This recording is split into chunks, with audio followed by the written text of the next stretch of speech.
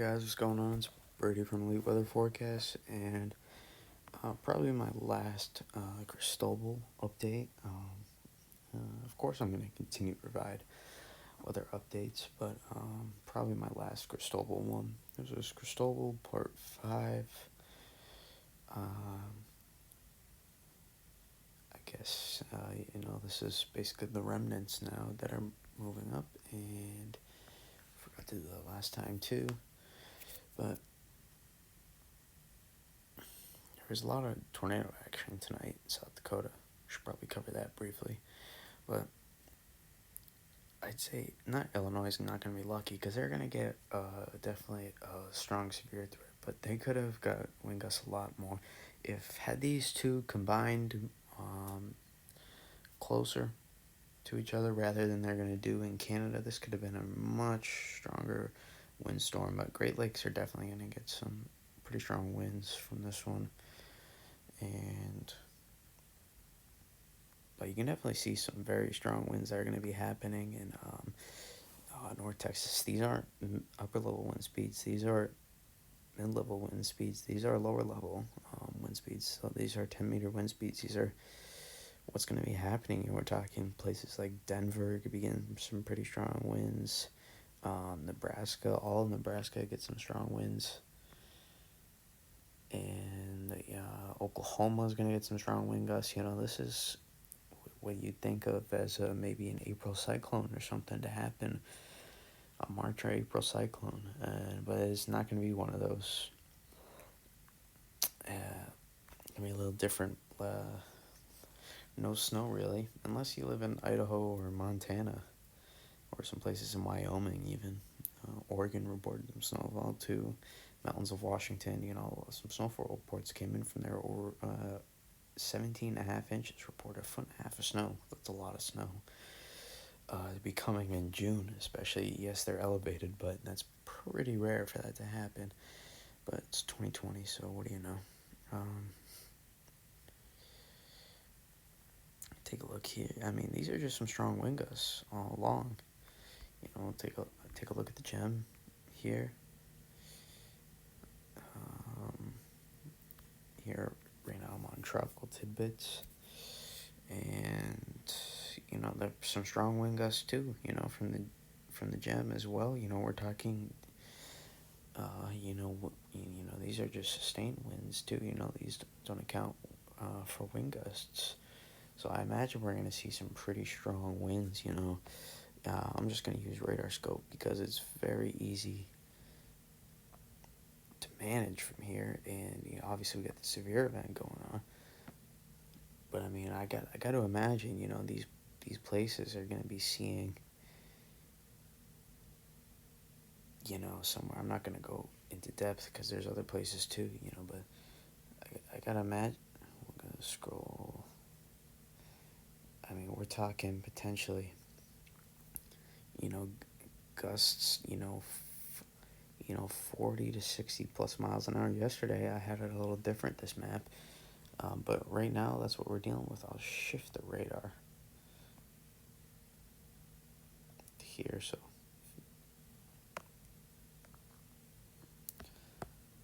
if you want to look at the radar, but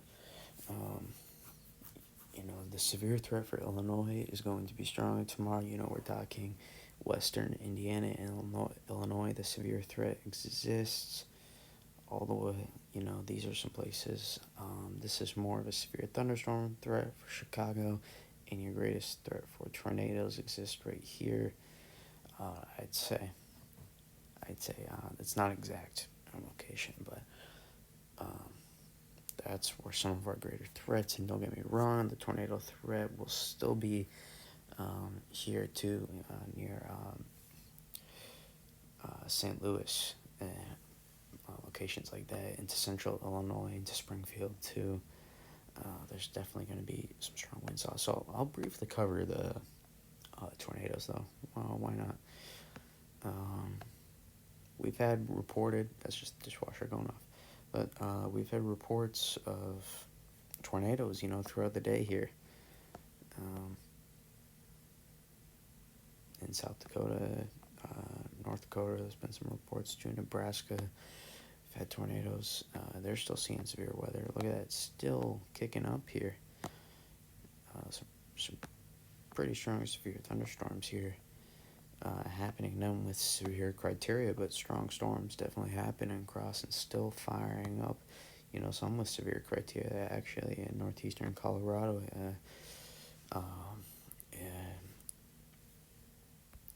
By Fort Morgan and Sterling, about 100 miles east of Fort Collins.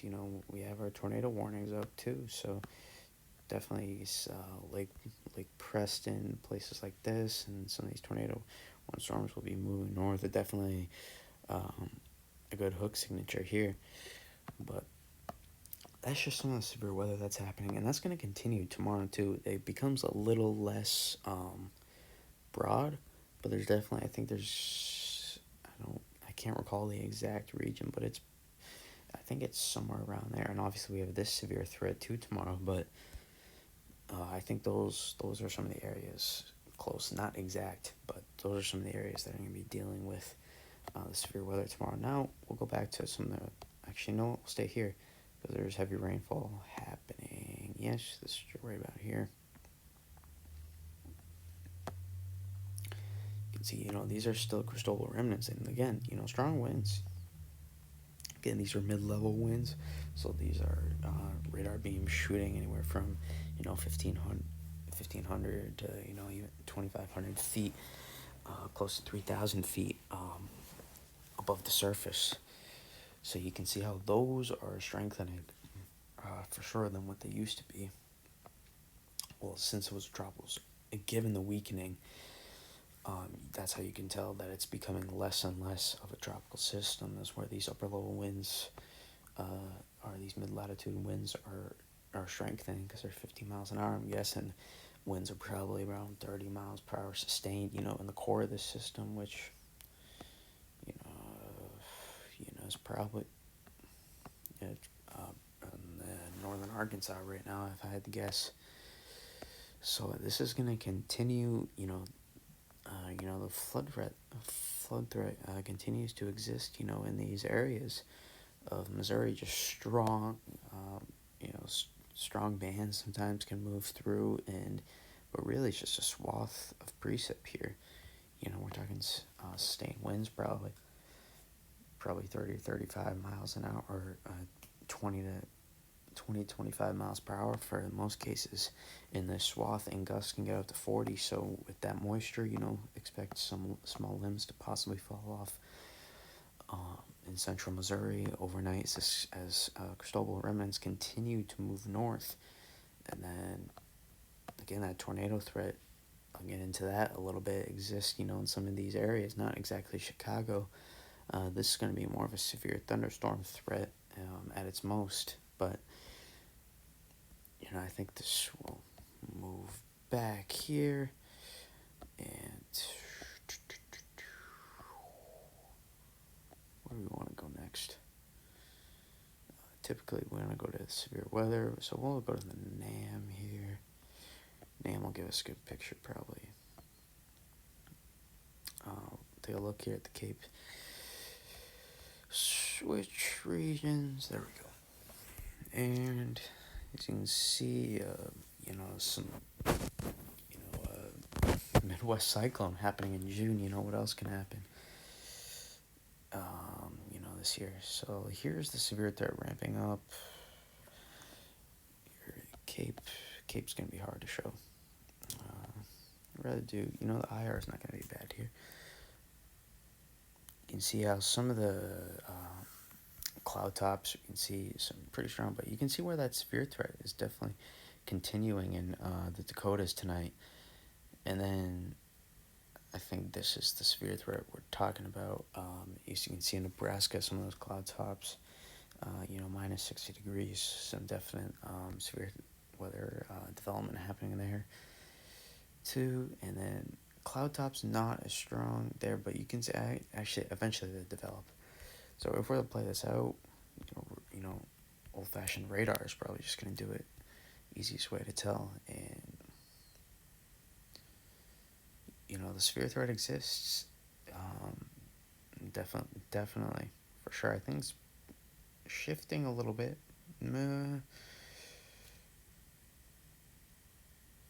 It's definitely there. You see some scattered. It looks like it's definitely going to be more of a scattered threat, for sure. And again, I haven't looked a lot into the severe weather threat. I just know it's there, so I'm not going to go too into depth with it. But there's definitely going to be. Watch, you can see the convective development in Nebraska, east central Nebraska happening, and then continued heavy rainfall into central Missouri. Um, we're talking central Missouri, into the Ozarks, definitely some heavy rainfall, and that severe threat is going to exist, it looks, for Indiana and Ohio tomorrow night for sure, too. So you can see convective development from in Illinois across scattered, but then you can see a more developed line kind of developed through East Indiana and then moving into Michigan and Ohio. It definitely exists there, but that's just kind of to go with. We'll leave it at the surface for now. Just know that there is a threat there, and the severe threat exists too for a place like St. Louis. You can see some scattered thunderstorms moving through the area too.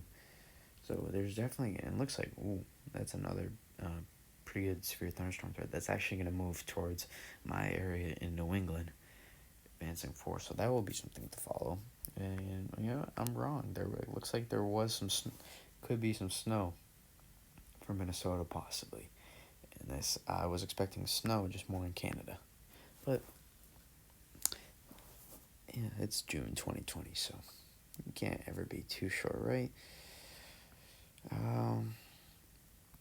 The HRR is not going to be enough time, so we'll switch to the HR DPS, just a high-res model, and you can see that convective development happening over Illinois tomorrow too. The scattered threat after then, that's probably what we're going for most concern. Again, the rainfall is not actually going to look like that, just so you know. But there's definitely going to be a high concern. You can see just the scattered threat right there for thunderstorms. When you see that on radar, there's going to be some severe development. And I lied. We're going to do one more model again. Scattered. Not picking up as well. Picking up the line very well. Not RGM. Not picking up. RGM is not a model you want for scattered, but I just want to see if it was, because if it's picking up anything for scattered development, there's a high chance. That's why I was using it here. A better model to use. That's a concern. Through Illinois and into northwestern Indiana. So we're getting it out before I go. I'm scattered. Scattered development possible in these regions, but it looks like if I had to take a guess where the highest development, for severe thunderstorms would be, it's going to be in this area right here, Chicago. I think this is more of a severe thunderstorm threat. Rather, I don't even know if you're going to get into that development. You're probably going to be too north. You're going to be close, Chicago. Again, you'll get some thunderstorms earlier in the day. But that's definitely a concern here. Is the tornadic development tomorrow evening in the Illinois area? So something definitely to watch for sure. And front side, I'd say to the front side of this, when it moves in, there's definitely going to be concern for some strong thunderstorm development to happen there in the northern part of the state. Really almost all the state is at risk for thunderstorms. And you know what? I'm just gonna go into pivotal because I need to be there. I guess this is a necessity. It's important. The tornado threat here. So I'll shift, and I will use, not that, damn. This one. Shift regions. Kind of doing this on the fly. I wasn't prepared to go into pivotal, but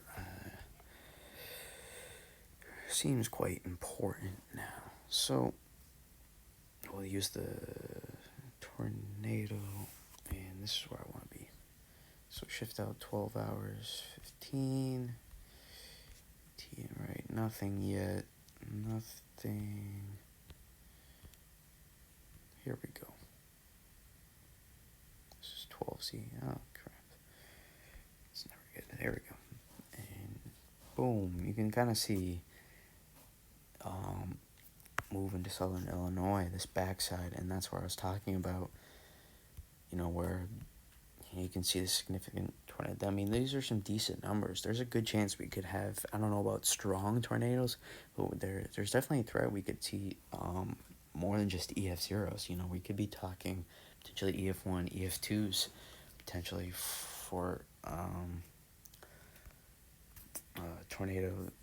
For the tornado threat tomorrow in Illinois, we could see maybe some PDS tornado warnings tomorrow. I don't know if we'll see any tornado emergencies, but you can definitely see if we're to. Here we'll switch to this part. That's when you can tell, and that's that scattered threat you can see on the backside to happen. So that's really the biggest concern here is, it's going to be really scattered and isolated. Some places are going to have the threat to see some severe weather tomorrow, and for tornadic development, and, this is the range we're talking about in some of these areas, and it will continue to shift east, and then we'll see a line develop Wednesday night. So not tonight, but tomorrow night, I think we're going to see a line develop out then, and that will shift east, and that could hold together for a while. So we'll see how this continues to go. So I'll just shift back here, let the radar play out. But this has been a really interesting system to follow, going all the way back to the flooding rains in the Yucatan Peninsula. It's just one, this is almost one of a kind. I feel like we keep saying that over the past 5 months, but these are truly, these systems are very rare to see such a large system. Subtropical, tropical mix. This was really cool to follow the storm. Definitely some devastating storm surge, which was not so good, but this was a fun system to track, and I can't wait to do more. And over the next few months, which hurricane season ramping up in July or August, probably. You could argue it's already ramped up on a weaker side, but that just about does it. So tonight, Missouri flooding rains are definitely possible. Expect another 1 to 3 inches across the area. It's fairly widespread too. Besides, we could shift it here too if you really want to see.